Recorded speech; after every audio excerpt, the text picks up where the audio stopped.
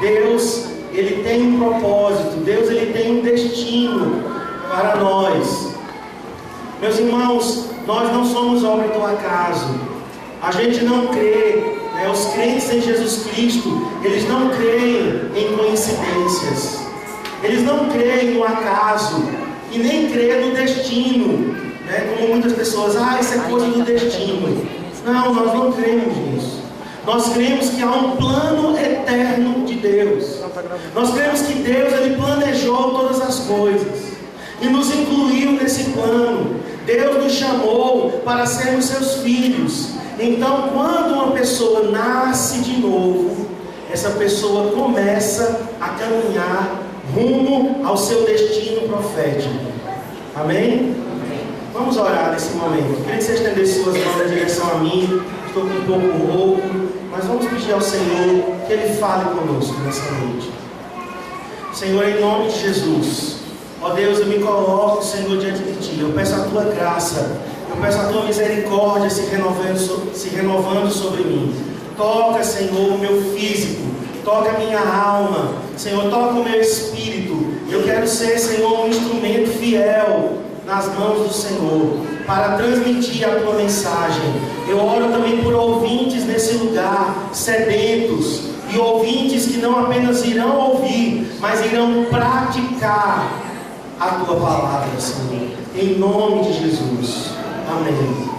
Cada cidade, irmãos, cada igreja, cada pessoa tem um destino traçado por Deus. Quero falar aqui da nossa cidade, mas também eu quero falar dessa igreja, do Centro Cristão de Adoração, a igreja que o Senhor nos plantou, que o Senhor nos colocou. Mas também eu quero falar de você, quero falar a respeito de você. Garanhuns tem um chamado de Deus, Garanhuns tem um destino traçado por Deus. Essa igreja tem um destino traçado por Deus na eternidade. Mas você como pessoa, você como indivíduo, Deus também traçou um destino para você e para mim.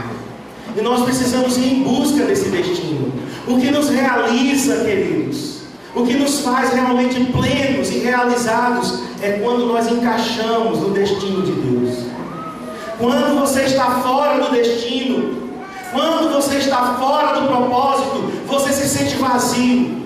Então você começa a buscar aqui, ali, acolá, em pessoas, e trabalhando muito, e estudando muito, se preocupando muito com o corpo. Assim os homens e as mulheres vão buscando uma autossatisfação, e se vestindo com roupas de marca, e viajando muito, e se divertindo. Tudo isso é porque as pessoas estão procurando o seu destino. Alguns então vão para as drogas, para o álcool, outros vão para uma vida de prostituição, mudando de parceiro aqui e ali, o tempo todo, trocando de namorado, de namorada, de homem, de mulher. Esses dias, Jaziara mandou um link de uma reportagem de um homem, não sei onde é, parece que é na França. Ele um dia descobriu que ele não era homem, ele descobriu que era mulher. E então, isso é comum, né? Infelizmente. Então ele disse: agora eu sou mulher. E se virou uma mulher, e se vestiu como mulher, e fez cirurgia. Mas teve um belo dia agora que ele descobriu que não é mais mulher. Ele agora é um cavalo. Engraçado, para não dizer trágico. Sério.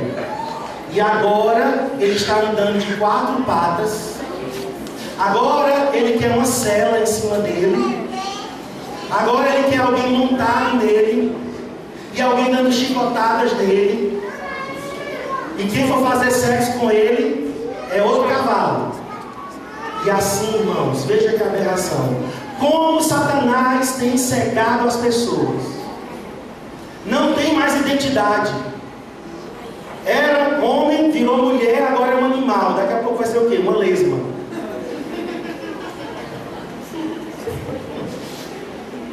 Meu Deus, como Satanás ataca a nossa identidade. Quantas pessoas aqui estão sendo atacadas na sua identidade? Pessoas estão dizendo: eu não sou nada, eu não sou ninguém, quem sou eu? Isso é o ataque de Satanás na tua identidade, porque o teu destino passa pela tua identidade. Nós vamos ver isso daqui a pouco. O seu destino, você só vai chegar onde Deus quer que você chegue quando você entender quem você é.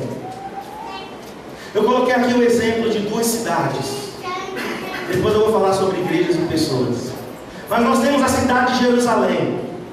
Quando nós falamos o nome Jerusalém, imediatamente nos vem à memória o quê? A cidade onde Jesus passou, onde Jesus caminhou, a cidade onde Jesus padeceu, onde Jesus morreu, onde ele foi maltratado, onde ele foi crucificado. Em Jerusalém ele foi sepultado, em Jerusalém ele ressuscitou, em Jerusalém ele foi levado para os céus. Essa cidade tem tudo a ver com redenção. Jerusalém para nós é uma cidade de redenção. Não é que Jerusalém é melhor do que as outras cidades, mas ela é especial. No plano de Deus, Jerusalém é especial. Quando Jesus voltar agora a segunda vez, ele não voltará em Wall Street, Nova York, no centro financeiro do mundo. Jesus não voltará lá na Broadway, que é aquela rua super iluminada, telões, LED, neon, em Nova York. Tem uma rua lá que é linda, né? Onde tem a contagem de final de ano, aquela rua maravilhosa. Mas Jesus não vai voltar na Broadway. Jesus não vai voltar, queridos, lá na maior cidade do mundo, na megalópole chamada Tóquio, maior cidade do mundo. São 30 milhões de habitantes em Tóquio e nas cidades ao redor. Uma cidade só se tornando a maior cidade do mundo. Jesus não vai voltar lá. Jesus não vai voltar em Londres, não vai voltar em Brasília, não vai voltar em São Paulo. Jesus vai voltar na cidade de Jerusalém. Amém, queridos? Amém. Então essa cidade é especial no plano de Deus. Então, o que é que Satanás fez? Tentou tirar Jerusalém de cena e transferiu tudo para onde? Para Roma. Olha como o diabo muitas vezes odeia, muitas vezes não, sempre odeia o destino que Deus tem para uma cidade, para uma pessoa e para uma igreja. E disse: não, Jerusalém não, destruam Jerusalém. E o general Tito, a mando do imperador romano, eu esqueci qual foi o imperador, no ano 70, ele entrou em Jerusalém e destruiu tudo. Jerusalém perdeu o status. E agora a sede do cristianismo, anos e séculos depois, foi transferida para Roma. Mas o cristianismo, as suas raízes não estão em Roma. As raízes do cristianismo estão na cidade de Jerusalém. Eu tenho muita vontade, irmãos, de conhecer Jerusalém. Quem quer ir comigo para Israel? Junta dinheiro, paga a minha passagem, a filha do Cristiano. A gente vai com você, viu? Olha, eu já fico me imaginando em Jerusalém, chorando pelas ruas. Eu só de pensar me emociono. Um dia desses a Cristiano, vamos conhecer Jerusalém assim, vamos? Entramos no Google Street View e fomos então passeando pelas ruas de Jerusalém. E mais um dia a gente vai lá, pessoalmente, que é uma cidade especial. Eu imagino que é muito lindo. A cidade de Antioquia é a cidade missionária, a cidade que se transformou na plataforma de envio de missionários para a Europa e para a Ásia Menor. De lá partiu a primeira expedição. A primeira igreja gentia nasceu na cidade de Antioquia. Em Antioquia, os crentes foram chamados, os discípulos foram chamados pela primeira vez de cristãos, de pequenos cristos. Então Antioquia teve o seu momento de importância no cristianismo. E agora eu coloquei Garanhuns, a nossa cidade. Quantos amam a sua cidade? Eu amo essa cidade, irmãos, e eu desejo que essa cidade cumpra o propósito para o qual ela existe. Eu desejo que Garanhuns seja conhecida, não por causa das belezas naturais, das 7 colinas, não por causa das flores, dos jardins, não por causa da decoração natalina. E esqueceram Jesus na decoração natalina. Botaram o palhaço, botaram o urso, botaram o Papai Noel, botaram as renas, botaram o circo, botaram brinquedos, mas esqueceram do protagonista principal da festa. Colocaram só um presépio ali, que é uma presepada ali, e a única referência a Jesus na festa que dizem que é dele. Mas ficou muito linda a iluminação, né? Eu sei que ficou uma coisa belíssima. Garanhuns, conhecida pelo seu clima, pelo frio, só que agora não está tanto frio. As coisas estão mudando, irmãos, não é? Já não temos mais inverno em Garanhuns como antigamente. Inverno em Garanhuns começava no final de abril e até setembro. 4 meses, 5 meses de inverno, de chuva. Esse ano nós tivemos 2 meses de inverno, 2 meses de chuva. Nesse ano, o mês de novembro foi o mês mais quente de todos os tempos. Foi medida a temperatura em Garanhuns no sábado, na quinta-feira, 26 de novembro, 34,4 graus. Sensação térmica de 37 graus na nossa cidade. 2 meses que não cai uma gota de chuva. As coisas estão mudando, irmãos. Garanhuns talvez não seja mais conhecida como a cidade do frio, mas há uma esperança em meu coração, que essa cidade seja conhecida como a cidade da visitação de Deus, como a cidade da glória de Deus, como a cidade do avivamento, como a cidade da adoração. Amém? Nós precisamos redescobrir o propósito desta cidade. No final do século XIX, Garanhuns era uma estância climática. As pessoas vinham de Recife para aqui nos ares amenos de Garanhuns melhorarem de saúde, das doenças respiratórias. Aquela foi uma época que Garanhuns recebia pessoas para curá-las. Quem sabe, irmãos, a nossa vocação não está em receber doentes do espírito, doentes da alma, para que aqui eles sejam curados. Amém? Respirando a atmosfera do Espírito Santo, respirando o clima maravilhoso da presença de Deus. Garanhuns se tornou também um polo educacional. 3 grandes colégios aqui na nossa cidade, um evangélico e 2 católicos, e estudantes de várias partes do Brasil vinham para Garanhuns, ficarem aqui nos internatos desses colégios.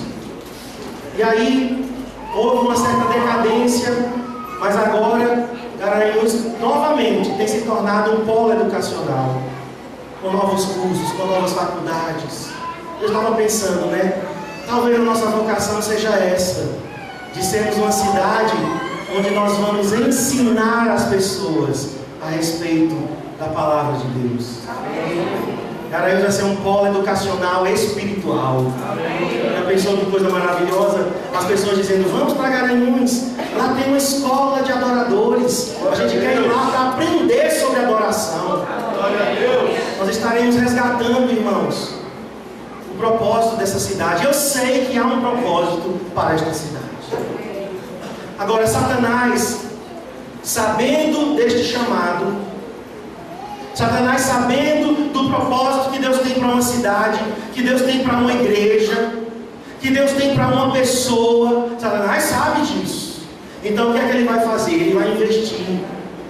O diabo vai investir pesado para desviar uma cidade, uma igreja, uma pessoa do propósito de Deus. Satanás, ele vai tentar fazer com que uma cidade viva para si mesma. Nós corremos o risco, queridos. E eu falo porque eu sou garanhuense. Os garanhuenses, eles são muito voltados para si. Às vezes nós temos muita dor de cotovelo, porque Caruaru cresceu mais, porque fomos deixados para trás, não é o filme não, mas porque fomos ultrapassados. mas pelo menos nós somos uma cidade bonita. E assim, irmãos, muitas vezes o diabo, o que é que ele está fazendo? Deturpando o propósito original de Deus. Eu conheço igrejas que ficaram para trás, igrejas que começaram muito bem, igrejas que sonharam alto. Deus falou que faria grandes coisas. Eu ouvi palavras proféticas de Deus dizendo que aquela igreja ali seria uma das maiores igrejas. E eu creio que essa era a vontade de Deus. Mas então as pessoas se voltaram para si mesmas. As pessoas esqueceram o seu propósito.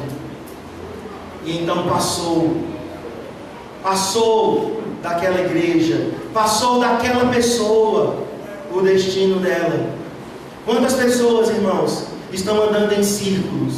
Quantas pessoas estão perdendo o melhor de Deus? Quantas pessoas estão voltadas para si mesmas, quando não estão presas no pecado?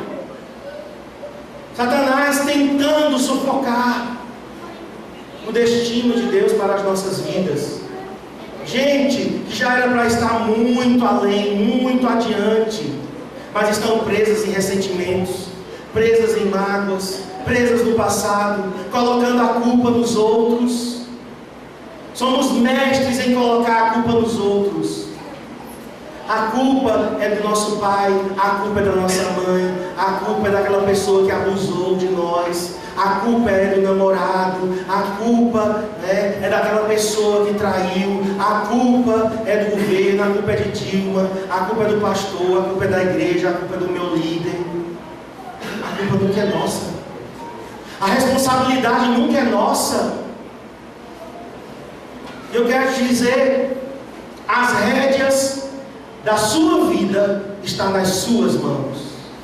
As rédeas da sua vida não estão nas minhas. Nas minhas mãos estão as rédeas da minha vida. Mas eu não posso governar a sua vida. E nem quero. Eu posso te ensinar, eu posso te aconselhar, eu posso te indicar o caminho, mas a decisão final cabe a você. Se você vai ser um sucesso, depende de você. Se você vai ser um fracasso, depende de você. Se você vai cumprir o plano de Deus, depende de você. Se você não vai cumprir, também está em suas mãos. Então pare de culpar os outros. Pare de transferir a responsabilidade que é só sua. É uma atitude muito covarde quando a gente deixa que Satanás manipule nossas emoções, manipule o nosso olhar, manipule a nossa visão, e a gente passa agora a ser vítima. É muito fácil ter uma posição de vítima. Eu poderia, irmãos, estar aqui o resto da minha vida como vítima.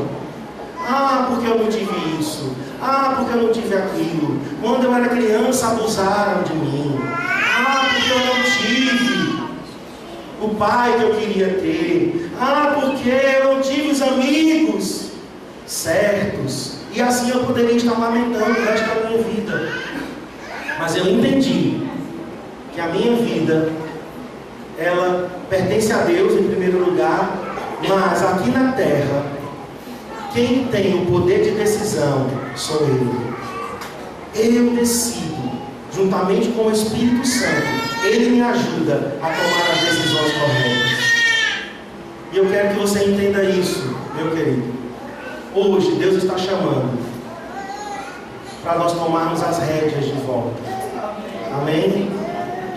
De tarde eu pedi para os irmãos se imaginarem pega aí comigo o leme da tua vida, pega as rédeas da tua vida, pega a direção da tua vida. Diga comigo: Senhor, está sobre mim, e somente sobre mim, a responsabilidade de eu viver para a tua glória e cumprir o teu propósito, o teu chamado, o teu destino. Eu não vou entregar a ninguém esta responsabilidade. Ela é só minha. Oh, queridos, olha, exemplos de cidades que foram desvirtuadas do propósito de Deus. Quando falamos de Sodoma, quando falamos de Juazeiro, Aparecida, Olinda, Salvador, nós pensamos em pecado, nós pensamos em idolatria, nós pensamos em orgia, nós pensamos em carnaval. Quando eu falo o nome Olinda, a primeira coisa que vem à nossa mente é o carnaval de Olinda. São os bonecos gigantes de Olinda. São as pessoas ali 4 dias e 4 noites no seu vazio, no seu mundo. Aquela cidade não foi criada para aquilo, para se tornar um esgoto a céu aberto, um antro de prostituição. As pessoas acham muito bonitos 10 dias de festival de inverno, mas você não sabe o que acontece nos bastidores. Eu e o Cristiano moramos ali perto e já vimos pessoas fazendo sexo ali, no meio da rua, feito 2 animais. A festa lá na esplanada e por trás ali naquelas ruas, aqui dali fica um banheiro público. As pessoas como animais se embriagando. Já vimos jovens às 4, 5 horas da manhã vomitando de tanto beber, caídos no meio da rua, na sarjeta, jovens de família. Eu não creio que Deus planejou, nem que Deus sonhou, que Deus desejou isso. Há um propósito maior e mais excelente, tanto para nós, quanto para essa igreja, quanto para essa cidade. E nós temos que ir em busca disso. Se você nasceu aqui, melhor ainda. Mas se você não nasceu, Garanhuns te adota como filho, como filha. E você deve amar essa cidade. Jeremias capítulo 29 diz: orai pela paz da cidade onde vocês estão. Então nós temos um compromisso diante de Deus. Amém? Agora, irmãos, veja, queridos, a nossa Jerusalém. Garanhuns está aqui, número 8. Essa área verde é Garanhuns, o município de Garanhuns.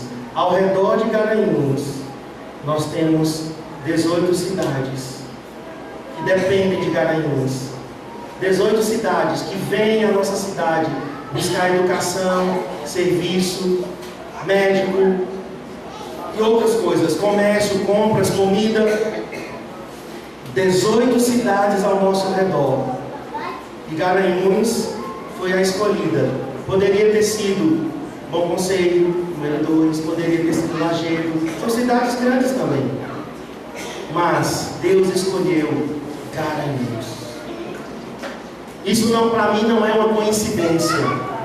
Se nós fomos colocados no centro do palco, a responsabilidade é maior. Porque os olhares de todos e o olhar de Deus está sobre nós. Nós precisamos, irmãos, nos importar com a nossa Jerusalém.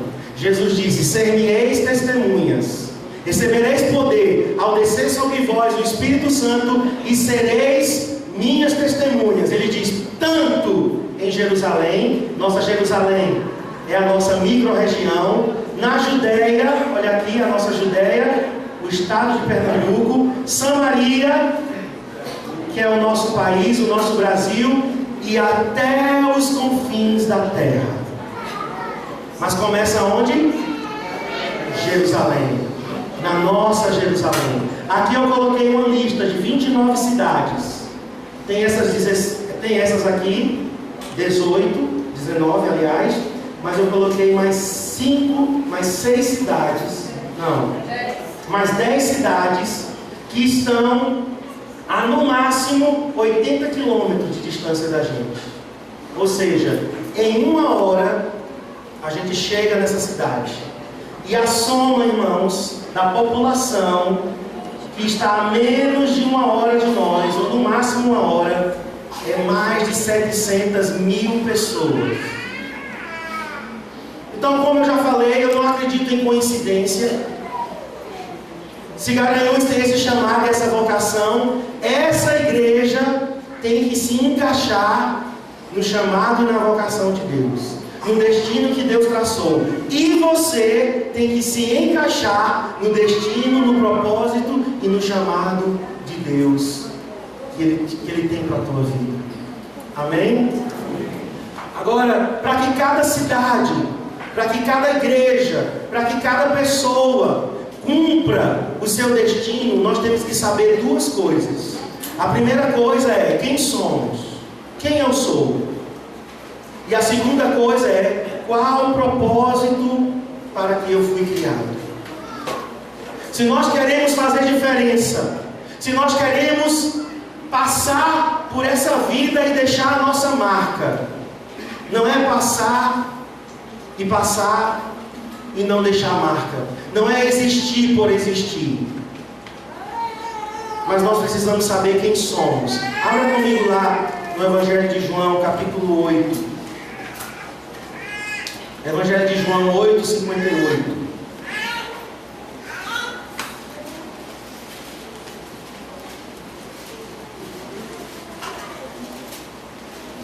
Os judeus estavam questionando quem era Jesus, dizendo que Jesus tinha demônios, dizendo que Jesus estava falando blasfêmias.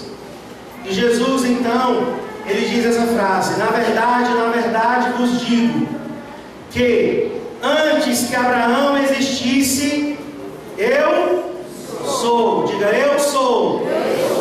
Jesus foi um homem corajoso. Estava até brincando, se Jesus tivesse nascido no Nordeste, no Brasil, ele teria nascido no Nordeste, porque ele era cabra macho.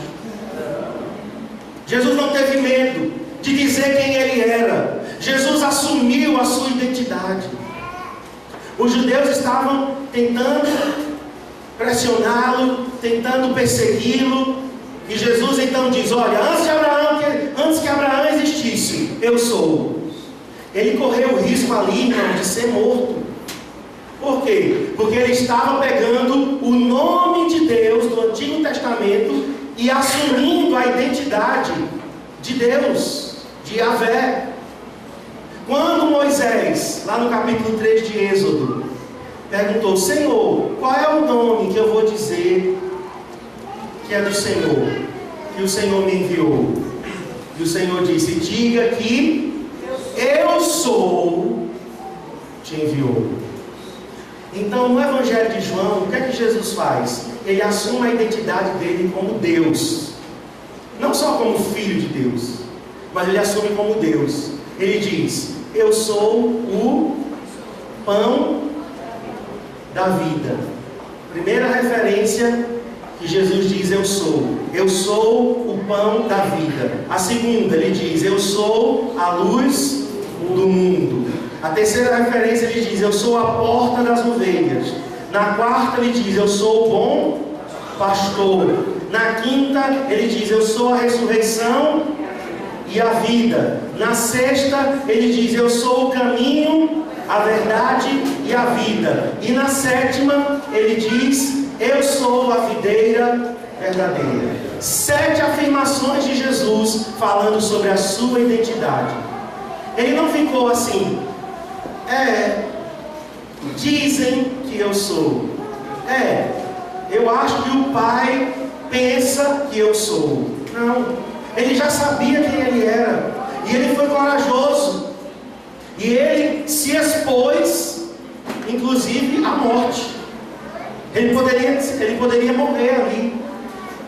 Eu te pergunto: você está disposto a assumir a sua identidade como filho de Deus, ao ponto de você correr o risco de ser perseguido, de você ser zombado, de você ser talvez até morto? Dependendo da situação, dependendo do país que você estiver, você pode até ser morto. Você tem a coragem de assumir que você realmente é de Cristo? Quantas pessoas se acovardam? Eu tinha vergonha de dizer que eu era de Cristo. Eu tinha vergonha de assumir a minha identidade. Logo que eu converti, as pessoas me perguntavam no colégio: você é crente, né? Aí eu dizia: não, eu sou quente. Crente? Que história de crente? Crente é um povo doido, é um povo fanático. Eu ainda acrescentava mais comentários pejorativos. Crente? De jeito nenhum. Deus me livre de ser crente. Negando a minha fé, negando as minhas raízes. Então, veio um pastor novo para a igreja que eu fazia parte. E esse pastor, ele era muito espalhafatoso. Aí ele disse: Marcos, Deus me mandou pregar o evangelho nessa cidade. Eu digo: amém. Ele disse: mas eu vou comprar uma Kombi. E vou botar umas cornetas em cima da Kombi. E vou ligar um som na Kombi. E nós vamos sair rodando pela cidade de Garanhuns dizendo: o tempo está cumprido, o reino de Deus está próximo, arrependei-vos e crede no evangelho. Eu disse: a gente? Não é só o senhor não? Não, eu quero que você vá comigo, eu quero que você me ajude. E lá vai eu, entro naquela Kombi creme, cornetas em cima, o som, não era aquele som alta fidelidade não, viu? Aquele som fanhoso. E a Kombi, aí ele disse: mas a gente vai começar, sabe por onde? Eu digo: por onde? Lá no Alto do Magano, é? Lá no Mundo da Lua. Ele disse: não, nós vamos começar na Avenida Santo Antônio. Nós vamos ficar rodando. A gente vai até a Presbiteriana, volta por baixo, vai até a Igreja Católica, volta por cima, até a Presbiteriana, e vamos ficar dando voltas para que todo mundo ouça. E meu Deus, eu não podia dizer não a ele. Eu entrava na Kombi, irmãos, com tanta vergonha, que eu me escondia assim no banco. Eu ficava deitado assim, meio assim, para baixo. Aí uma vez ele olhou e disse: está acontecendo algum problema nas tuas costas? Eu disse: não, tudo bem. Parávamos, dávamos aquelas voltas e parávamos ali, bem no central mesmo. Ali onde tem hoje a banca de revista. Aí ele dizia: vamos descer o som. Aí descíamos o som, eu montava o som e ele começava a pregar, e pregando. E então eu saía de fininho, e andando, aí ficava bem longe, e ele lá pregando, e eu só de longe, olhando. Aí quando ele terminava, eu ia bem rápido: vamos pastor, vamos, desmonta. Eu estava dentro da Kombi e ia embora. Por quê? Eu tinha vergonha. Aí um belo dia, eu estava numa dessas voltas na Kombi, muito envergonhado. E Jesus disse assim: Marcos, se você se envergonhar de mim, eu me envergonharei de você diante do meu Pai que está nos céus. Mas se você me confessar diante dos homens, eu te confessarei diante do meu Pai que está nos céus. O que é que você quer que eu faça? Que eu me envergonhe de você ou que eu te confesse? Não, Senhor. Eu quero que o Senhor me confesse meu nome diante do Pai. E a partir daquele dia, nunca mais eu tive vergonha de dizer que eu era de Cristo. Amém. Assuma a sua identidade. Não seja um crente agente secreto. James Bond só nos filmes. Você não é 007. Até eu brinco, Tem até Bíblia de crente agente secreto. É uma Bíblia desse tamanho. Você bota no bolso e ninguém nem vê que você está com Bíblia. Nós temos que ser corajosos, intrépidos. Nós não temos que ter vergonha, irmãos, da igreja que congregamos. Estão dizendo que nós somos uma seita. Estão dizendo que essa igreja é a igreja da cura gay. Você não tem que ter vergonha disso, não. Você tem que dizer: é verdade. É verdade. Somos a igreja da cura gay, da cura lésbica, da cura da prostituta, da cura do drogado, da cura do divórcio. Nós somos a igreja da cura.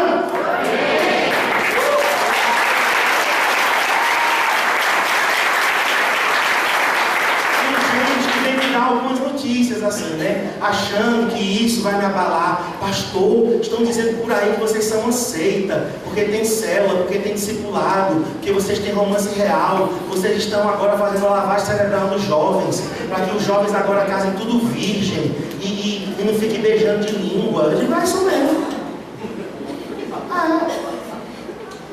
O povo não tem vergonha para ser safado e sem vergonha? Por que eu vou ter medo de ser santo?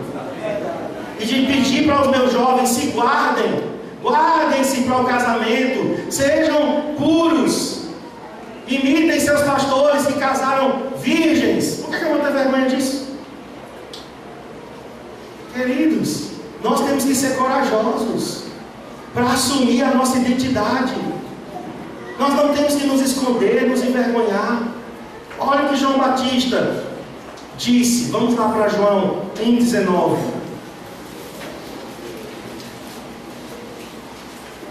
E quando disser que é lavagem cerebral, vocês dizem, não é lavagem cerebral não. É mais ainda, é lavagem completa. Viu?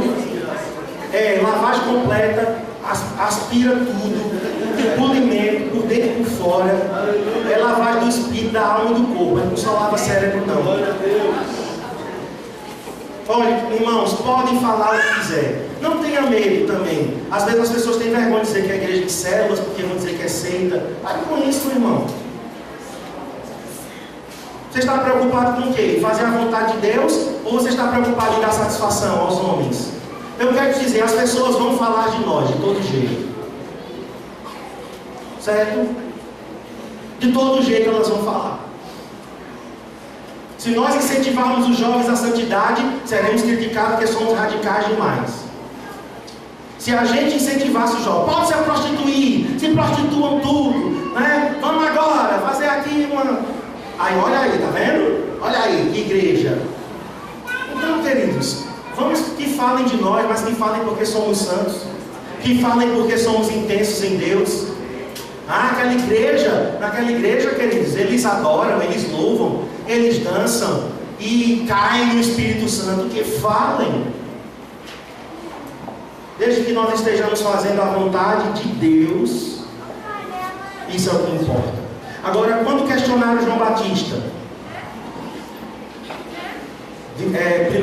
primeiro capítulo de João 19, e este é o testemunho de João, quando os judeus mandaram de Jerusalém sacerdotes e levitas para que lhe perguntassem, olha a pergunta, quem és tu?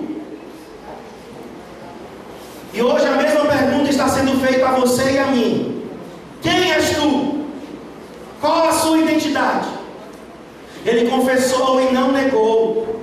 Confessou e disse, eu não sou o Cristo. Ou seja, João Batista não assumiu uma coisa que ele não era. Se ele quisesse palco, se ele quisesse glamour, se ele quisesse público, o que ele tinha dito? Eu sou o Cristo, sim. Eu estou pregando o evangelho lá no Jordão, eu estou batizando, olha as multidões ao meu redor, venham. Mas ele sabia quem ele era. Ele disse, eu não sou o Cristo. Aí perguntaram, você é Elias? Ele disse, não sou. Você é o profeta? Ele disse, não sou. E quem és? Quem dizes de ti mesmo? O que é que você fala de você mesmo? E a resposta dele é simples, eu sou a voz do que clama no deserto. Olha como ele se autodenomina. Que homem resolvido, né? Que identidade resolvida. Que homem que sabia a missão. E a missão dele não era uma missão qualquer, era preparar o caminho do Senhor. A missão dele não era ser maior do que Jesus. A missão dele era preparar o caminho para que Jesus surgisse. Ele só era 6 meses mais novo que Jesus. Os dois tinham praticamente a mesma idade. E João Batista sabia quem ele era. Ele disse, eu não vou roubar a glória que é de Jesus. Amém, irmãos? Amém. Vamos ter cuidado, irmãos, para que a gente não roube a glória que é de Jesus. Para que a gente não tome para nós aquilo que não é nosso. A igreja pode crescer como for. Você pode ser um líder bem sucedido. Você pode ser um ministro de louvor bem sucedido. Um músico, um professor de crianças. Você pode ser um supervisor, um pastor, um missionário. Mas nós temos que ter no nosso coração, eu não sou o Cristo. Tem pastor que gostaria de ser o Cristo. Não o Henrique Cristo, lá de Curitiba. Mas tem pastores que gostariam de ser os salvadores. Gostam que as pessoas o idolatrem. João Batista não aceitou isso. Mas João Batista passou uma crise também. Vamos para Mateus 11. Então, se você às vezes tem uma crisezinha, não se preocupe. Jesus não vai te rejeitar, viu? Pelas suas crises. Se de vez em quando você diz assim, quem sou? Ó céus, ó vida, para que estou aqui? Ser ou não ser, eis a questão. Senhor, para que eu existo? Meu Deus, para que eu estou nessa terra? Se de vez em quando você tem essa crise, João Batista, que foi o maior dos profetas, também teve uma crise. Ele foi preso, e quando ele estava na prisão, ele mandou 2 discípulos: vamos lá, pergunte a Jesus se ele realmente é o Messias, ou se vai vir outro. E Jesus então se vira para aqueles 2 discípulos e diz: o quê? João Batista em crise? Inadmissível! Manda ele sair da crise agora, porque senão eu vou mandar um raio e o parta. O maior profeta em crise. Antes que Herodes mande degolá-lo, eu já mando matar ele, que ele já vai para o céu. Não foi assim, irmãos. Jesus diz assim: vem cá, diga a Joãozinho, meu amado Jojo, diga a ele que os cegos veem, os paralíticos andam, os surdos ouvem, o evangelho do reino está sendo pregado, e bem-aventurado, feliz é aquele que não se escandalizar em mim. Diga a ele que ele estava certo e que eu sou o Messias. Meu querido, meu amado, minha amada, se você está em crise, Jesus com muito carinho vem nessa noite junto de você e diz assim: lembre-se de quem você é e lembre-se de quem eu sou. Amém?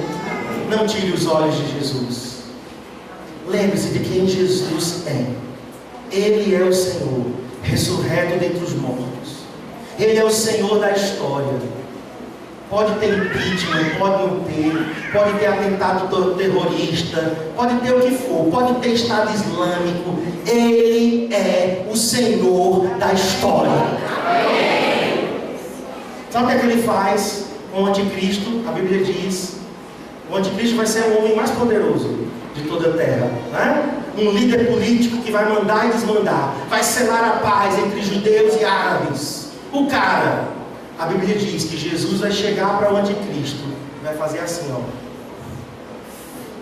Ouviu o que eu fiz? Vou botar no microfone. A Bíblia diz que com o sopro da boca de Jesus, o anticristo será destruído.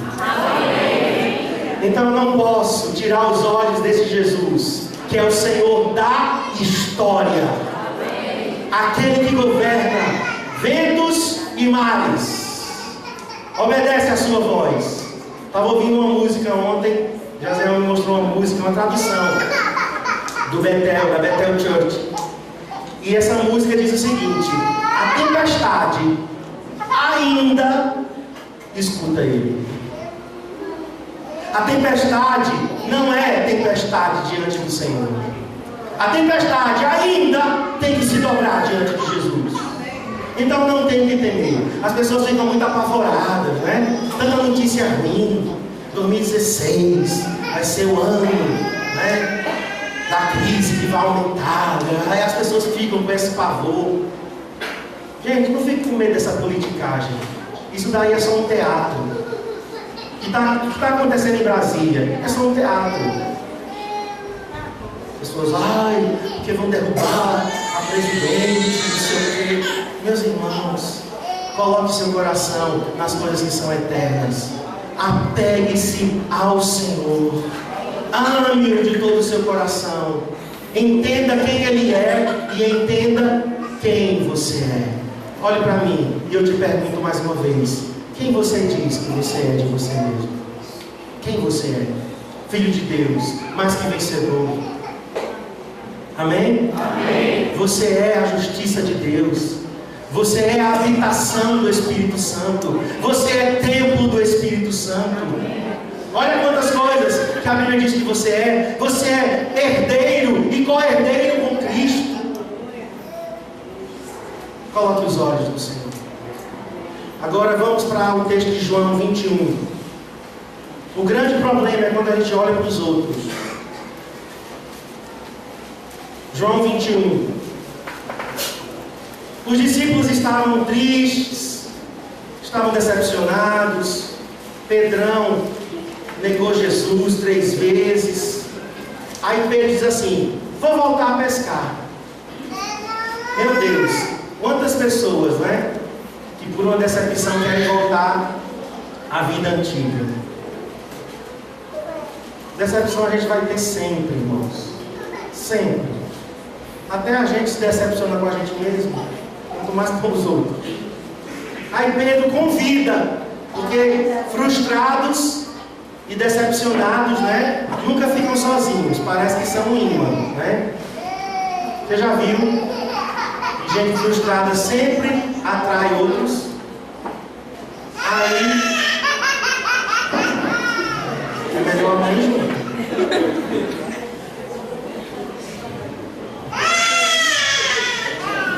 Tudo bem. Os discípulos então se juntam e vão pescar. E aí, irmãos, a pescaria não dá em nada. E de madrugada Jesus vem encontrar eles. Eu imagino a mesma cena. Jesus reconstruindo, né? Pedro negou Jesus de madrugada, Jesus vem de madrugada. Jesus chamou os discípulos à beira da praia, Jesus vai para a beira da praia. Foi no momento de uma pesca frustrada, outra pescaria frustrada. E então Jesus diz assim: ei, vocês conseguiram alguma coisa? Jesus às vezes ele tem um pouco, né, de ironia, né? De um humor. Jesus é bem humorado. Deixa eu pegar esses caras. E aí, conseguiram alguma coisa? Voltaram à vida antiga? Conseguiram? Eles: não conseguimos nada. Aí Jesus diz: joga a rede de tal lado.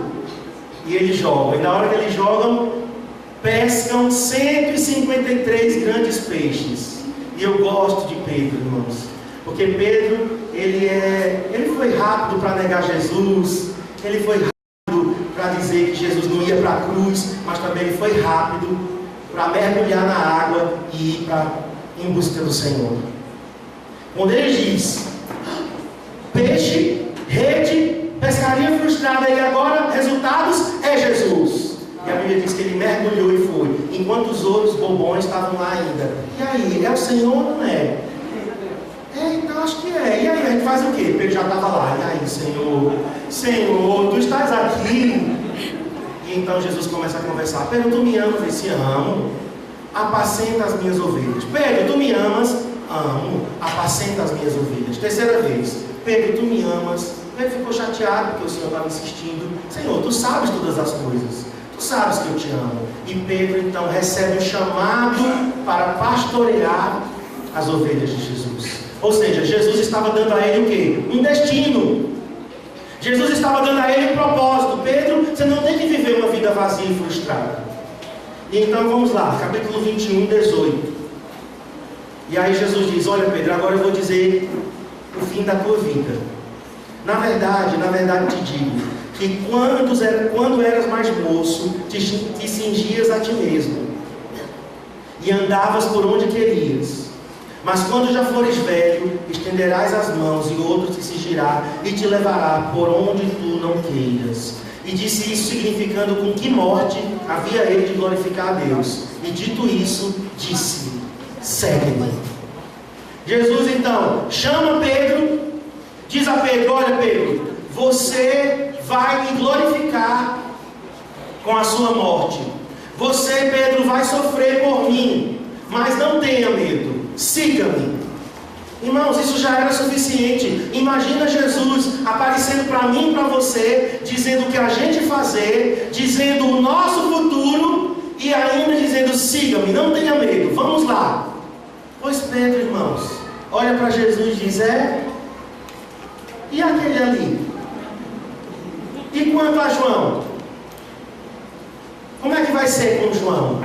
Irmãos, é a mesma situação que muitas vezes a gente vive. Jesus está falando conosco, Jesus está contando conosco, Jesus está nos chamando e nós estamos preocupados com a vida do outro. E o chamado do outro? E aquela igreja, Senhor, que está crescendo mais do que nós? E aquela pessoa ali que me ultrapassou? Eu cheguei aqui antes dela. Olha lá, já na frente. Sabe o que Jesus diz? Pedro, cuida da tua vida, porque da de João cuido eu. Que importa, Pedro, que ele viva ou que ele morra? Segue-me tu. E eu sinto o Espírito Santo dizendo a algumas pessoas aqui: pare de ficar se comparando com os outros, pare de ficar preocupado com o chamado dos outros, pare de ficar nessa luta interior, muitas vezes, olhando para as outras pessoas. Jesus está te dizendo hoje: importe em me seguir, siga-me você. É o teu destino que está em jogo, é o teu chamado. Você não tem que tirar os olhos e colocar os olhos nos outros. Amém, irmãos? Agora, para que nós possamos cumprir o nosso chamado, irmãos, o nosso destino, nós temos que entender o tempo que estamos vivendo. Vamos lá para o Novo Velho Testamento, no livro de Esther, capítulo 4. Esther, capítulo 4, verso 14. Qual o tempo que estamos vivendo?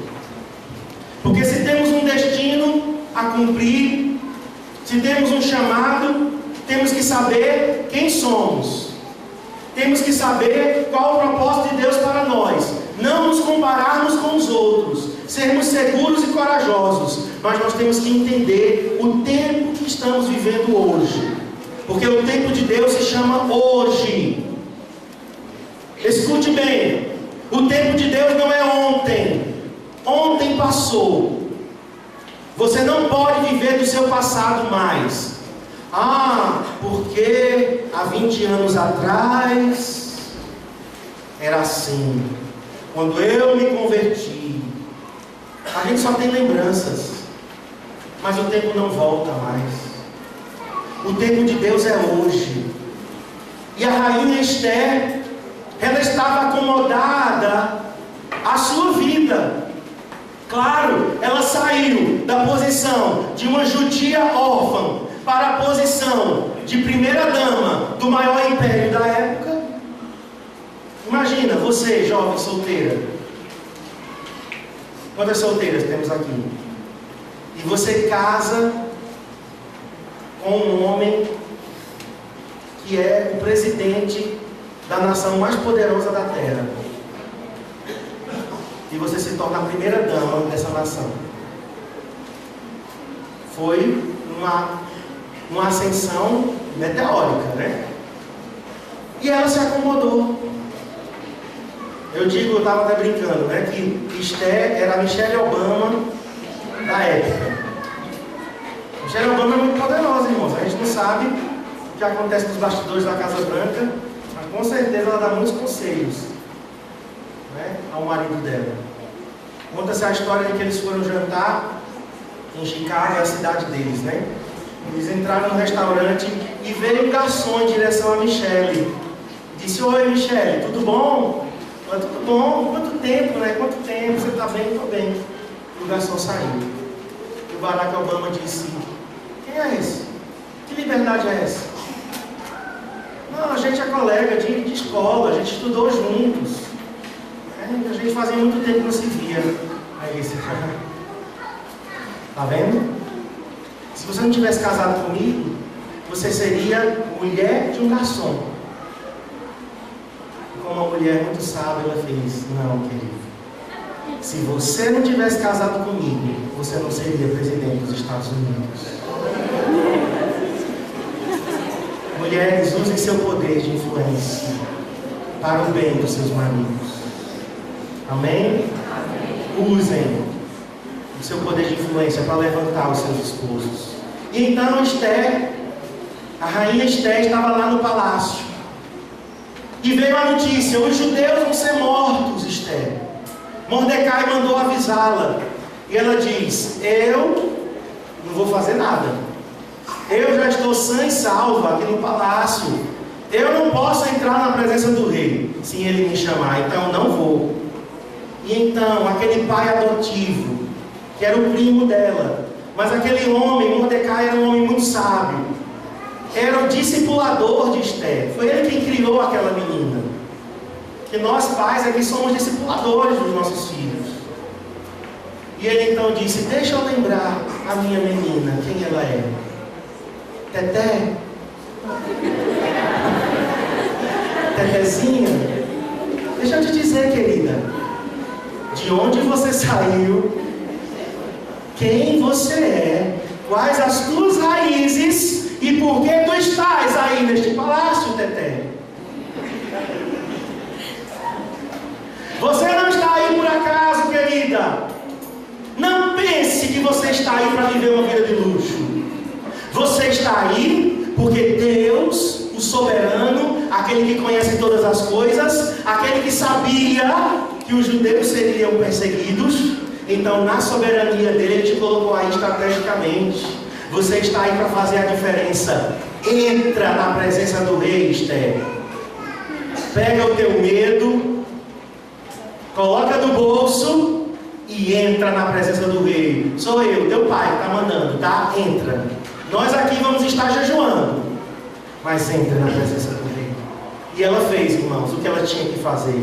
Ela nasceu para aquilo. Se ela não tivesse entrado na presença do rei, o rei não teria atendido o pedido dela, os judeus não poderiam se defender, a nação judaica teria sido exterminada, o Messias não teria vindo. Olha a missão daquela mulher. Foi para este tempo. E olha a frase de Mordecai: porque se de todo te calares, Esther, se você se calar neste tempo, socorro e livramento virá de outra parte para os judeus, mas você e a casa de seu pai perecerá. E ele faz uma pergunta: e quem sabe se para tal tempo como este chegaste a ser rainha? Agora Deus não está fazendo uma pergunta, Deus está afirmando para mim e para você: foi para um tempo como este que nós nascemos. Você poderia ter nascido na época de Abraão, você poderia ter nascido na época de Cristo, você poderia ter nascido na época de Lutero, você poderia ter nascido lá no século XVIII, XIX, você poderia ter nascido no início do século XX e já está morto a essas alturas.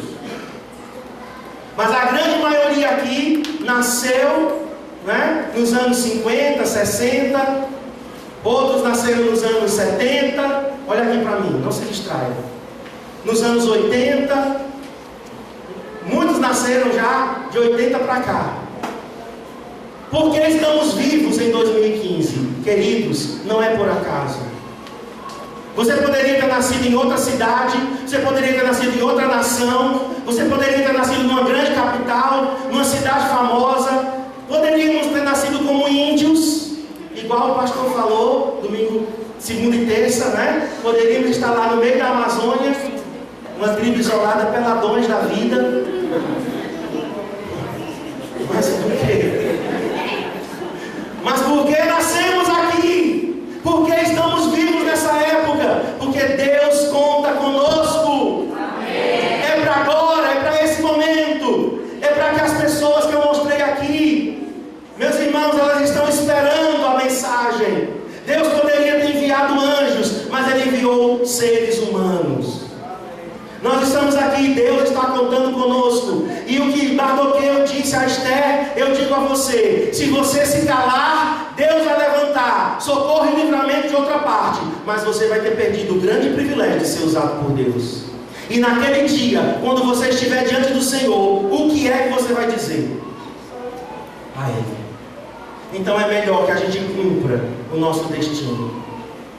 Agora, para finalizar, irmãos, para cumprir o nosso destino, nós precisamos de ouvidos e coração sensível. Nós precisamos de sensibilidade profética para entender o que Deus está falando. Ezequiel 37:6 diz que o vale de ossos secos eram ossos sequíssimos, mas os ossos começaram a se movimentar e os ossos começaram a entrar, né, em ordem, mas eram apenas esqueletos. E Deus então disse: profetiza, filho do homem. E quando Ezequiel profetizou, a Bíblia diz que surgiram nervos. Diga nervos. É interessante, né? O profeta Ezequiel nos dá os detalhes.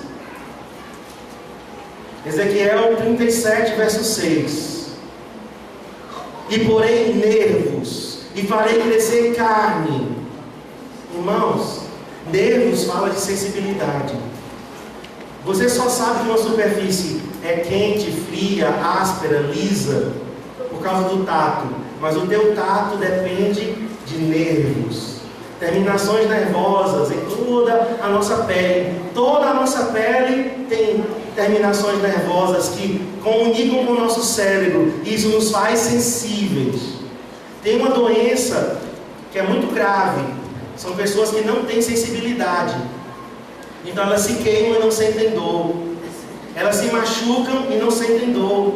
Se cortam. Pode cortar o dedo que ela não sente nada. Ou seja, pode ocorrer algo grave. Ela pode até morrer, porque não tem sensibilidade.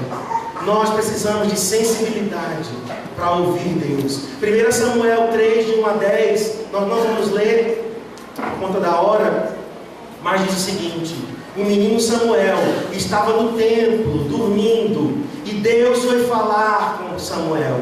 Chamou Samuel a primeira vez. A Bíblia diz que a palavra de Deus era rara. A palavra de Deus era bem escassa naquela época. E Deus apareceu para Samuel. Chamou a primeira vez, mas Samuel era um menino. Samuel era uma criança. Ele não sabia que era Deus. Foi para Eli. Eli, você me chamou? Ele disse: não, Samuel, volte. Não fui eu. Segunda vez, a voz chamou. Ele foi para Eli. Eli, você me chamou? Ele disse: não, não fui eu que lhe chamei. Terceira vez. E então Eli disse: eu acho que é o Senhor. Samuel, da próxima vez, diga: fala, Senhor, porque teu servo ouve. E o que é que isso nos ensina? Deus não fala com crianças. Deus não fala para meninos. Meninos não conseguem ouvir a voz de Deus claramente. São muito confusos. Meninos e meninas espirituais não conseguem discernir o que Deus está querendo transmitir. Nós precisamos ter muito temor em nosso coração quando a gente diz que Deus falou alguma coisa. As pessoas hoje em dia estão dizendo sempre isso: Deus falou comigo, Deus falou isso, Deus falou aquilo. Olha aqui, 300 palavras que Deus me deu. E daqui a um ano, quando a gente pergunta assim: e Deus falou? Não, falou não. Eu me enganei. Porque Deus não fala com crianças. É necessário maturidade para nós ouvirmos a voz de Deus. Agora, o exemplo final que eu vou dar está em Lucas 2:25. Abra lá comigo. Dois velhinhos que a gente admira. Eu mesmo gosto muito dessa passagem. Poderia ter sido jovens, poderia ter sido um homem, poderia ter sido uma mulher, poderia ter sido crianças. Por que Deus escolheu dois velhos para mostrar Jesus? Simeão e Ana. Simeão, a Bíblia diz que ele era um homem justo, o Espírito Santo estava sobre ele.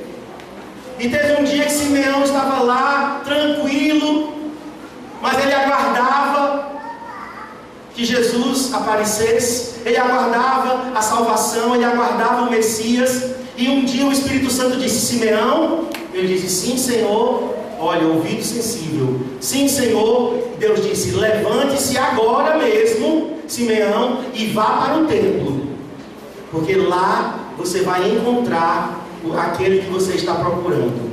Desde sua juventude, Simeão, você esperou esse dia. Chegou o dia. E Simeão, foi lá para o templo. E na hora que Simeão chegou, irmãos, José e Maria estavam entrando no templo para consagrar Jesus e circuncidá-lo. Eu estava aqui pensando, quanto tempo aquela cerimônia duraria? 2 horas no máximo? José e Maria viriam a Jerusalém para fazer isso. De lá eles iriam para o Egito, porque eles tinham que fugir de Herodes. De lá do Egito, 3 anos, eles iriam para Nazaré, e Jesus só voltaria para Jerusalém com 12 anos de idade. Eu acho que Simeão e Ana não seriam mais vivos. Se eles tivessem perdido, queridos, aquela oportunidade, eles talvez não tivessem outra chance. Até eu brinquei, a música de Simeão e Ana, uma chance igual a esta, talvez eu não tenha mais. Era a oportunidade da vida deles. Eles esperaram a vida toda por aquilo. Ana estava lá no templo. A Bíblia diz que ela era uma viúva de 84 anos. E na hora que os pais de Jesus entram, o Espírito Santo diz: Ana, se vire e olhe. O menino que você tanto esperou está vindo aí. Deve ter sido um encontro muito emocionante. Eles não perderam o tempo da visitação de Deus. Lucas 19:41, nós não vamos ler, mas diz que Jerusalém perdeu o tempo da sua visitação. Se passaram 2000 anos, irmãos, e Jerusalém ainda está esperando o Messias, mas o Messias veio. O Messias andou pelas ruas de Jerusalém. O Messias foi morto, crucificado em Jerusalém, e eles perderam o tempo da sua visitação. Nós precisamos ter esse coração de Simeão e de Ana. E eu vou encerrar com isso. Foi para um tempo como esse que nós nascemos. Tem pessoas aqui que estão orando há muito tempo. Senhor, eu quero ser usado por Ti. Deus, eu quero fazer a diferença. Senhor, eu quero crescer. Deus, nós estamos esperando um avivamento. Meu querido, minha querida, chegou a época. Chegou a hora. E sabe o que eu vejo algumas pessoas? Não estão apercebidas. Muitas pessoas não estão ligadas no trono de Deus. E infelizmente, irmãos, vai passar. Meus queridos, quando Noé pregou a mensagem, foram 120 anos pregando a mensagem, e ninguém quis ouvir. E a Bíblia diz que no dia determinado por Deus, os animais começaram a vir. Animais foram mais sensíveis do que seres humanos. Animais ouviram a voz de Deus e entraram na arca. Os seres humanos ficaram diferentes. Os animais entraram. Noé, a esposa, seus 3 filhos, suas 3 noras. E Deus fechou a porta da arca. E começou a chover. E as pessoas então viram que a mensagem de Noé era verdadeira. Noé, abre-nos a porta. Noé disse: eu não posso, porque quem fechou foi Deus. Fechou do lado de fora. Animais foram mais sensíveis, irmãos. Vamos orar, vamos ficar em pé. Pai querido, em nome de Jesus, não nos deixe, Senhor, endurecer o nosso coração e perder esse tempo que o Senhor está movendo sobre a terra. Estamos ouvindo notícias do que o Senhor está fazendo em tantos lugares. E chegou, Senhor, a vez de Garanhuns. Chegou a hora para o Centro Cristão de Adoração. Chegou a hora para cada um de nós. Queria que você colocasse a mão no seu coração e colocasse uma das suas mãos assim, ó, no seu ouvido. Já que eu falei de coração e de ouvido, Pai, toca no nosso coração, toca no nosso ouvido espiritual. Não nos deixe perder o tempo da Tua visitação. Nós queremos ser como Simeão e Ana, que estavam no lugar certo, na hora certa, e não perderam quando Jesus entrou pelas portas do templo. Senhor, tem pessoas aqui que estavam esperando há tanto tempo, orando, pedindo, clamando ao Senhor. E eu peço, Deus, que elas não percam, que elas não deixem passar, que não passe de nós.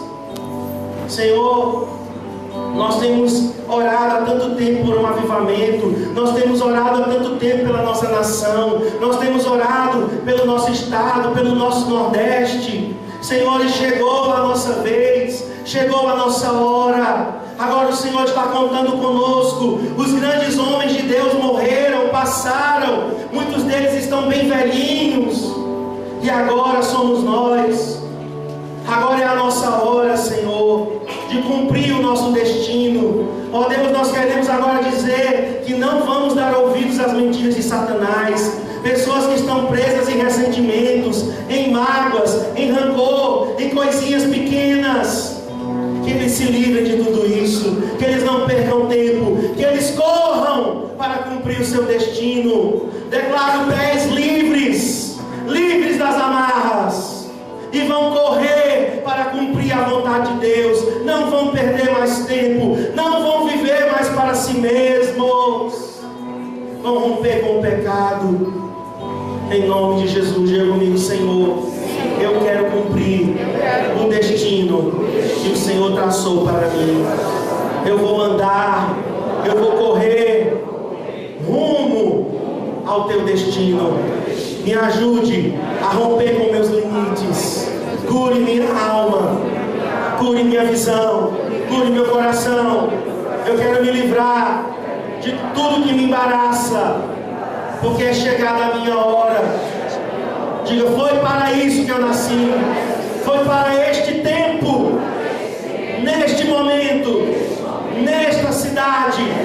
O Senhor me colocou aqui, e o Senhor está contando comigo, e eu vou cumprir os teus sonhos, em nome de Jesus.